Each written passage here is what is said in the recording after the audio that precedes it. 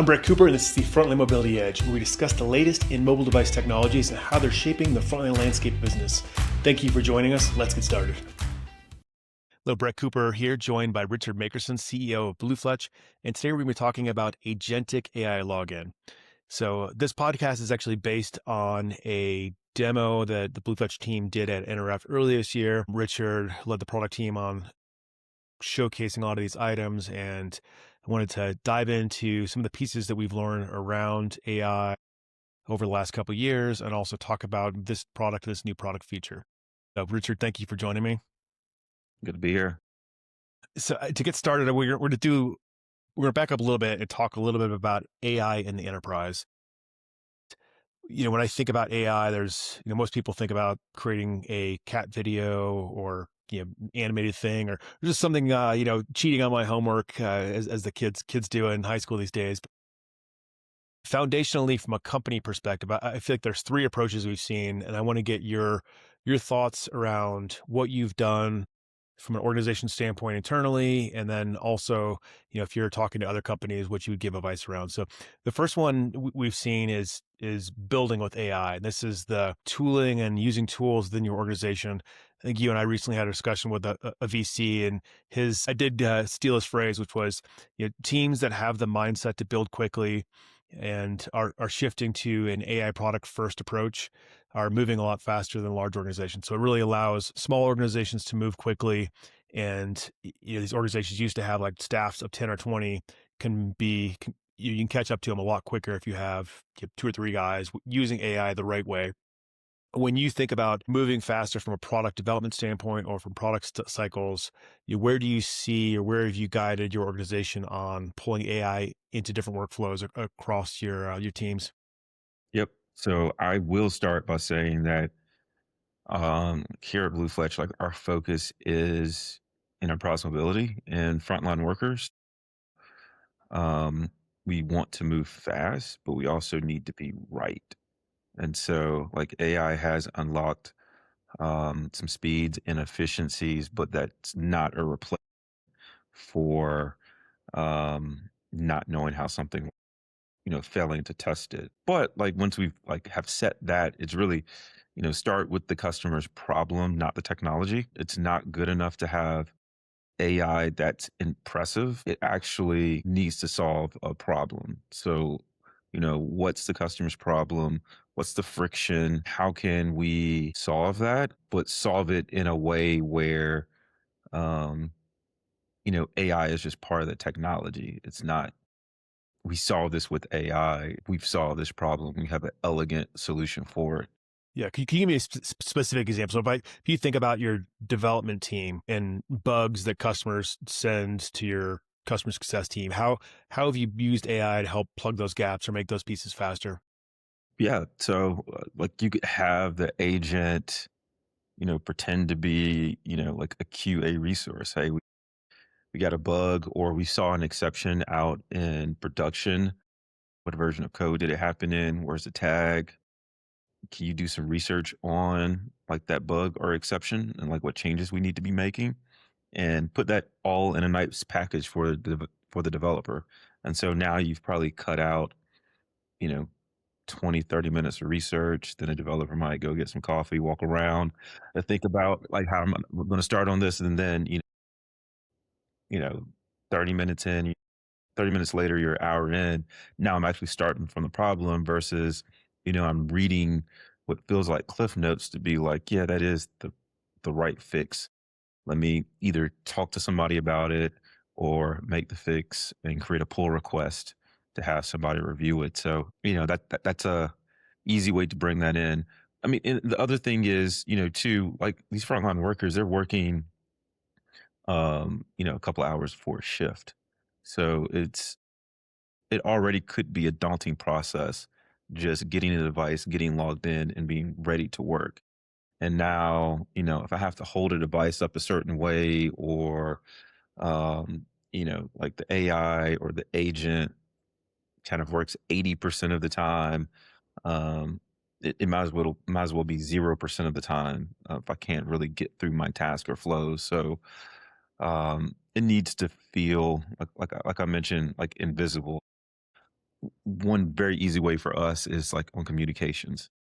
Like our push to talk. It was very easy to go from push to talk and include the text. You don't have to mention like there's AI in there, but if I know that I'm with the customer, I hear my device go off, but I'm not really listening to it, that I can come back very quickly and listen to it and keep that chatter down. Very simple way for like AI to be included without, shouting from the rooftops that like we got this new shiny AI solution.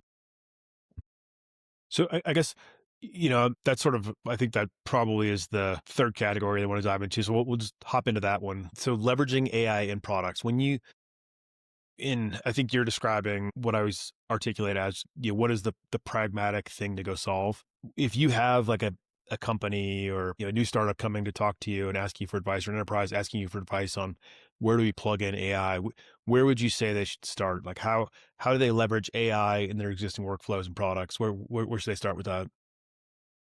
Well, I mean, it's kind of a barbell, right? Like you can have low hanging fruit, but then you can also find like what's the most painful problem that I can solve. And I think it depends on the product, but like also the customer. Some customers really rally around like low hanging fruit, building wins, and I guess that gets people excited. Also gets people invested because it now feels like a team sport. You're building camaraderie. And for some organizations, it's really about how do you take out this big piece or portion of friction that just either slows everyone down or it's a drain on morale. And so, these models are getting smaller, faster. And so I know this is around like AI login. So for us, like if you can make that login experience feel very natural and it doesn't necessarily feel like AI, um, then like that's a home run for us because we've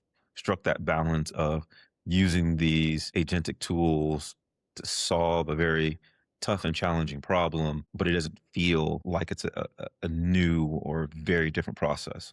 Can you, I guess, can you dive into the term? So I know we have like the LLMs like ChatGTP, Claude, man, it's a lot of the other ones that we all use for various tasks and helping out with things. When you think of the phrase agentic, how do you think that's different than something you just talk at?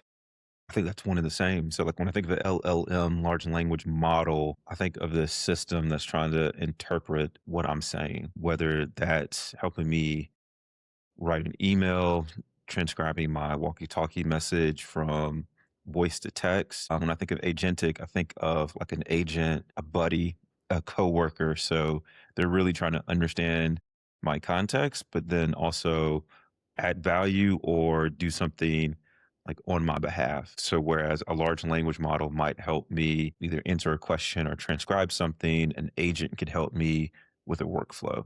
And depending on the integrations, it can integrate with different systems and build upon what that large language model is doing, what it's what it's learning and actually turning into action. Last, I guess the third area we've seen people using AI, it's actually creating, I'm going to call it like an AI service, AI product. I know, a lot of companies have published, I think that Zebra has some. I know there's some other companies we work with that have built these, things you can go, whether they're models that run somewhere in the background or they run on device, but they're creating models, they're managing those, and they're helping deliver those. Like, what's your thoughts on if that's something that a small company should even try to do? I feel like there's always a lot of big iron that's required to build a model or to make updates to it. Have you seen any small companies be successful at building a large scale model?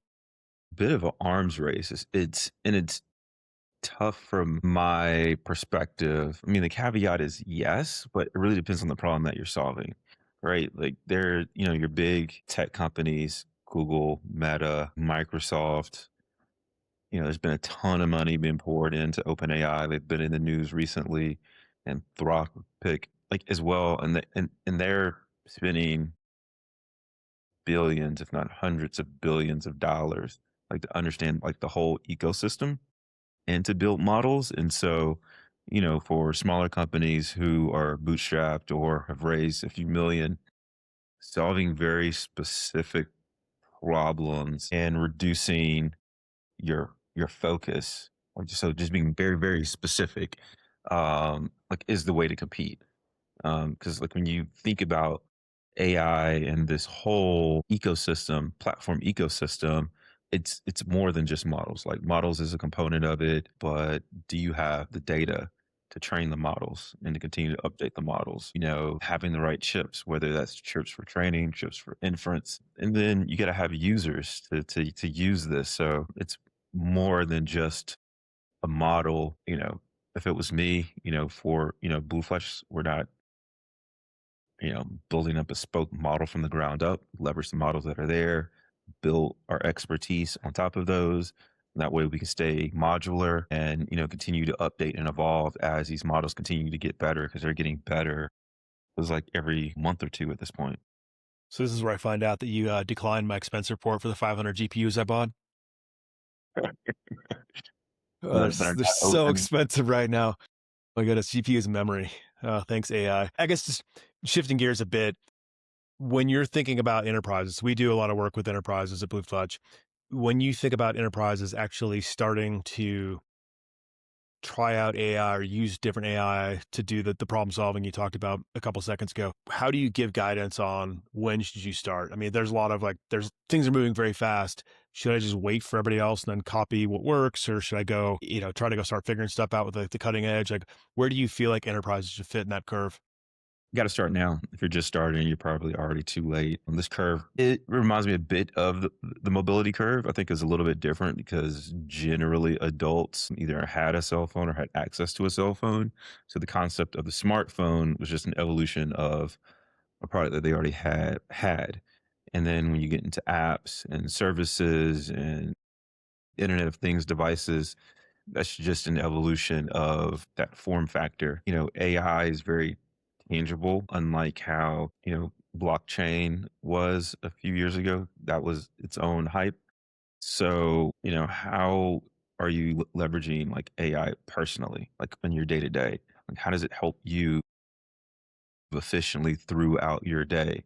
Because those use cases apply very well in the enterprise, whether it's helping you to process information better, maybe you're able to do better research, or you're just able to, automate some workflows that used to take, a few hours down to a few minutes. And so if you're not using it personally, it's going to feel very foreign and you're going to move very, very slow trying to um, deploy or understand how these use cases are applicable in the enterprise. Makes sense. So we're going to hop into the BlueFletch Agentic login. So this is a feature that we released at the top of the year, was demoed at NRF. Can you actually do a walkthrough of the pieces that were part of that demo? And I think we could show some B-roll, some video of that here while you're talking through it. But can you talk me a bit through like what it is and what it does and just the general process from an employee standpoint?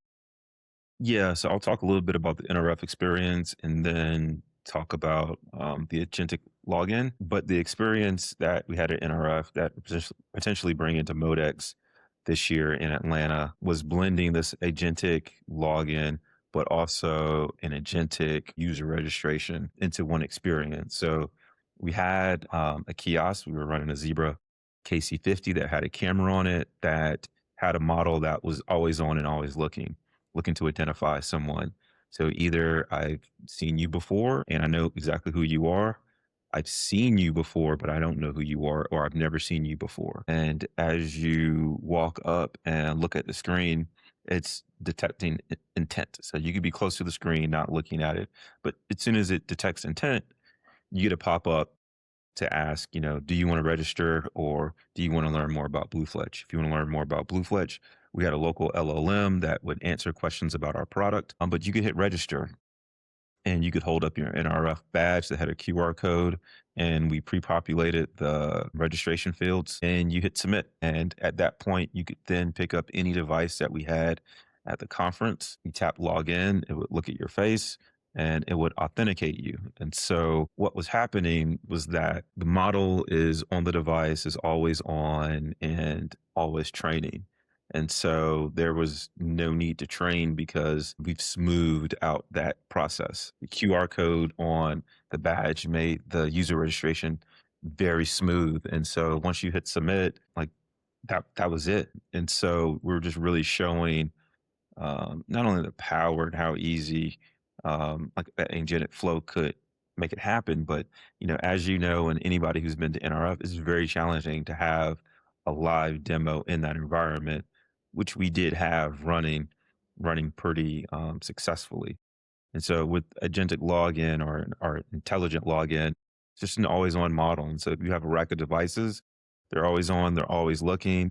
And when you pick up a device, it recognizes intent and it can get you started throughout your day. And so, depending on, the use case, maybe the role we know of the person, we can already start to add value from when they are picking up the device, make sign in, whether it's voice plus pen, voice or facial recognition plus a badge tap or pen, however you want to have it configured to quickly get you into the device. And it's a bit of a thesis, right? Like, how far throughout your day can I get you with this agentic experience? Could I just bring up your task because now I can go into your tasking system and bring you things, you know, via listen and priority. If I'm tied in communication, you could say you wanted to send someone a message. We can make that happen. But I think, if we had a customer who was eager enough and depending on the systems they use, you could have a very clean sheet experience as an employee, meaning I could pick up a device, never launch an app, and do all the tasks that I need for that day. And if you did not want to be recognized via biometrics, you could still leverage the AI to understand intent and different signals that a person is given off, whether it's, yes, no, answering a question. That's still AI that's interpreting that, but it's not voice printing me to know it's me. Or you can ask me a question, I can nod my head and it knows that, I said yes without saying yes. Yep. I think one of the things, and you talked about this early on when you were first training our wider team on just some of the demo pieces, but your quote, and I wrote this down: if an associate or employee notices it's AI, it's probably doing too much. There's I know there was a ton of speed. A lot of people actually questioned whether the demo was real because how fast it was. I think you talked about this. When you register, it pushes the model updates down to every device. So device knows what the model is and is able to reference you very quickly. How do you bridge that gap of, it's sort of magic that just happens behind the scene of, do I actually trust that that's doing what it's supposed to be doing? Yeah, I think part of that comes from the fact that I don't like for that demo, we don't have someone from operations just forcing us to check a checkbox for checkbox sake. We had time to actually think about it, what feels good, what doesn't feel good. We had time to talk to customers, do surveys just to get sentiment on, is this a good year for, pushing some of our AI and biometric initiatives? Because, our login with Face, we've had that since 2018, but like sentiment was very low. And you probably have low user adoption back then. So we set on it for a while. So just being able to take a step back and really think about the process, I think it was the biggest winner for us. And the fact that we get to do this, day in, day out, just allows us, I think, to move a little bit more efficiently than, certain companies trying to build like this competency internally. It's great for a project, but, are you going to have the same team and knowledge base and tribal knowledge to like own this for the next decade? Build versus buy. If it's not a core feature of your business, always look to buy first. I think is what I always advise people on. You touched on a point just a second ago around the sentiment, the difference between 2019 and now of employees trusting biometrics. I think when we ran that survey, something like 93% of all employees use biometrics on their personal device, which ironically seemed low to me. Who are the 7% that are not using biometrics on their phone? And I'm guessing there's some people out there with either old phones or flip phones or got their tinfoil hats on. But the security questions, we did get a lot of security questions at NRF where somebody from operations would come up, or somebody from HR would ask some of these questions. So I'm going to rattle off a couple of these, and I want your quick 20-second answer of how you'd field this question when somebody asks you. So the first one we heard a lot was, how do you keep biometric data secure? I don't want people stealing my face. Is a concern your employees have. How do you deal with that one? So we never store the face. It's not like we store a bunch of images. They're all mathematical hashes. If you looked at the data or if you looked at your face data, it would look like you're opening a corrupt file. Like it doesn't make sense to us humans. However, in Vertex databases and such, and these face nets, like it makes sense. So from that perspective, like nobody's like stealing your face or stealing a marker. It's just numbers and they're always different. It's never like an exact thing. It's not like Brett Cooper has an ID. He has like a mathematical representation. And if the score is high enough, then like, yeah, we think that's Brett. Yeah, it's a weighted one-way hash. Next question we got was, how do you prevent somebody from holding up a picture or video? And I know this is something I think we had issues with in 2018, where the dude always walks up with a video of himself. And yeah, how do you prevent that? How do we handle that now with some of the newer AI pieces that are out there? I know those guys at conferences are always the greatest people ever. But But no, the models are getting better. The phones are getting better. The sensor and neural engines are better. And so they're able to process a lot more. So they can look for liveness detection. Um, uh, it can look for more than just a face. And so you can't spoof it with a video. You can't spoof it with with a picture, 2D picture now. So like one, it makes it much more secure from that perspective. Higher confidence that we'll get that person makes it a bit tougher to test and like performance test, like to build that data. However, like that's still a problem we can solve for, but the models are just smaller, better, cheaper, faster. the last question, I know we got a lot of this. And this is, some of our European customers with, especially with GDPR. If I have an employee that leaves and or doesn't want to use this biometric stuff, how do you handle those situations? Yeah, you can always opt out, like where we don't store the data, but we can know that you said yes or know that you intend to pick up this device. So we can go ahead and prompt you to, tap your badge or scan your barcode or enter your username or password. Those things don't store any information. And then for us, privacy is paramount. And so we're always thinking about, that tinfoil hat case. Like, how can we be prepared for that? But then also, how can we move as efficiently as possible? And so um, I think, even our first rev of authentication with facial recognition, all of that information lived on the device. Like we didn't store it in the cloud, we didn't pass it anywhere. We were just making it really easy to get back in a device. And so there's a lot of checks and balances along the way, whether that's multi-factor authentication, how do we store the data? How do we transmit the data? Like how do we store it at rest? So we try to be as secure as possible and only have exactly what we need. Yep. Skip the rest. Tell the guy if he wants to use his username password and enter his 16-digit password, he's free to do that. Go So for it's it. always that one guy. So production readiness. I know this is something you talked about. The original face rec versions BlueFletch built were released in 2019 to customers. This newer version with the Agentic login, where is it in terms of being available for people to deploy to devices? If a company wanted to deploy 100,000 devices tomorrow, can they do that? Um, and what would be the process for that? Yeah, the short answer is yes. But yeah, like you and I, we try not to take anything to NRF that we can't sell, which this was kind of borderline.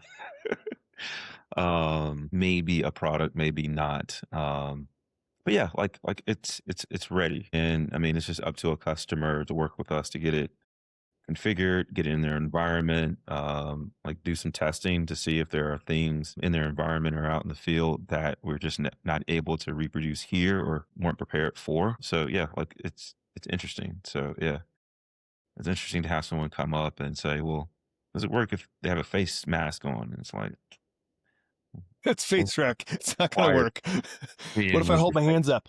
It's not going to work. It's not Superman. All right. So I guess with anything, it's deploy it, test it, and then find the edge cases and go fix those if there are edge cases. So yeah, I think the thing, this always makes me think of the freezer use case. I remember there was a client we were working with, and they deployed mobile devices. They worked great except for one location, and they found that the guys were taking the devices into the freezer, and so you get condensation on the scanner camera lens, and it just wasn't scanning right. I'm like, that's the thing. Yeah. yeah, So you didn't buy the device that has a little heater inside. they did not. No, they did not. And I guess just a shameless plug. If somebody was interested in testing this out, how would they reach out to you or your team to find out more about it? They can go to bluefletch.com. They can request a demo.